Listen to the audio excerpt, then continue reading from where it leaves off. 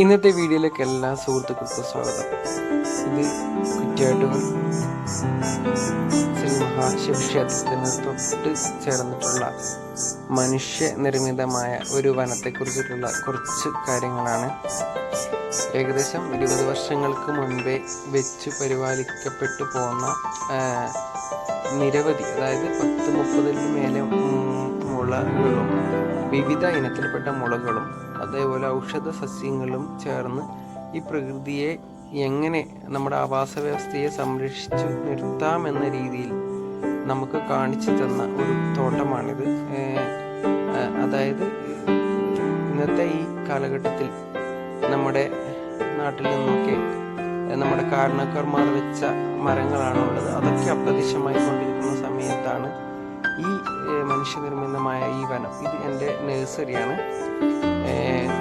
Covid കാലത്ത് ഞാൻ ഉണ്ടാക്കിയതാണ്. അപ്പോൾ ഇത് ഇവിടെ പച്ചക്കറികൾ തൈകളും മറ്റ് നടീൽ വസ്തുക്കളുമൊക്കെ മഴക്കാലത്താണ് കൂടുതൽ കൊടുക്കാറുള്ളത്.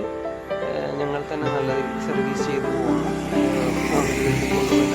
രീതിയിലും അതായത് ബയോ ഫെർട്ടിലൈസറും അതൊക്കെ എത്തിച്ചു കൊടുക്കുന്നവർ 5 വർഷത്തിനോളം മേഖലയിൽ അതിനോട് ചേർന്നിട്ടുള്ള ഒരു ഇതാണ് ഈ കാണുന്ന, അതായത് മനുഷ്യനിർമ്മിതമായ വനം എന്ന് വേണമെങ്കിൽ തന്നെ പറയാം.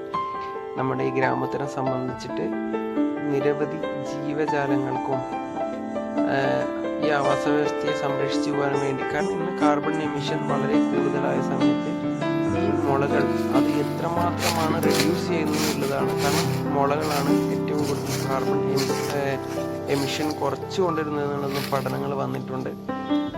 10-30 നേരെ ഇനത്തിൽപ്പെട്ട മുളകളും ഔഷധ സസ്യങ്ങളും ഒക്കെ ഉള്ള ആ ഒരു കാഴ്ച ഈ കടുത്ത ചൂടിന് പോലും ഞങ്ങൾക്കൊക്കെ ആശ്വാസം.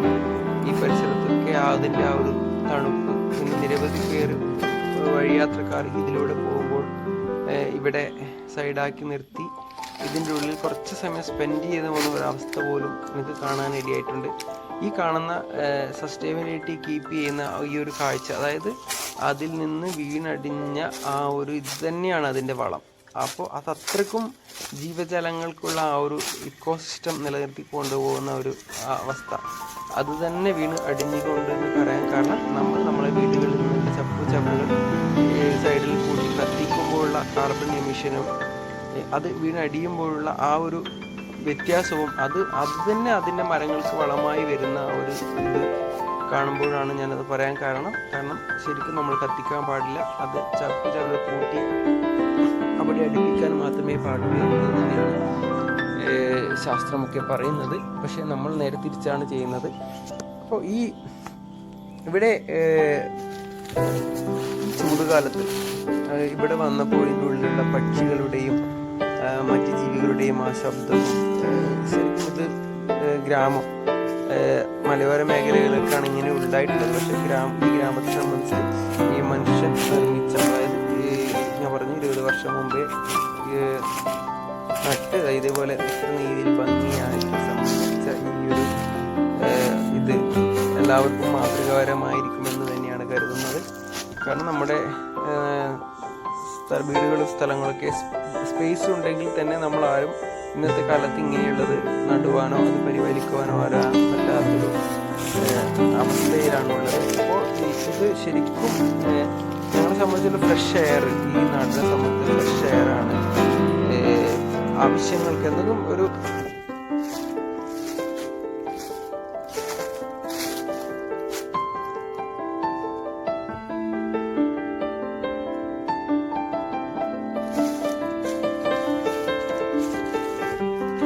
തോട്ടമാണെന്ന് വേണമെങ്കിൽ പറയാം.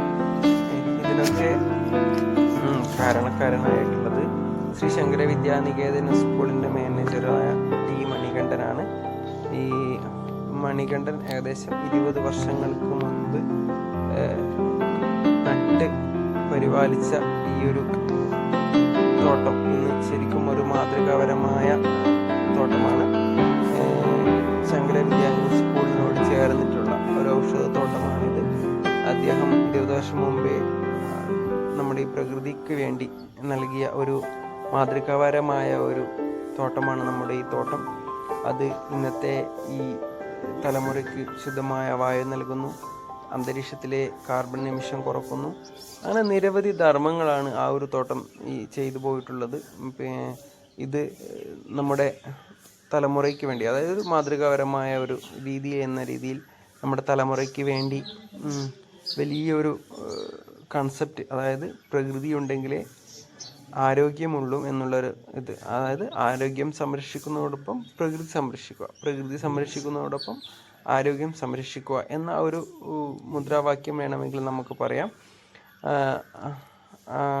ഇങ്ങനെയുള്ള പ്രചോദനമായ കാര്യങ്ങൾ നമ്മൾക്ക് ഇനിയും ഇവിടെ നിന്നൊക്കെ ഉണ്ടാവട്ടെ എന്ന് പറഞ്ഞുകൊണ്ട് ഇന്നത്തെ വീഡിയോ ഇവിടെ നിർത്തുന്നു. എല്ലാവർക്കും നന്ദി, നമസ്കാരം.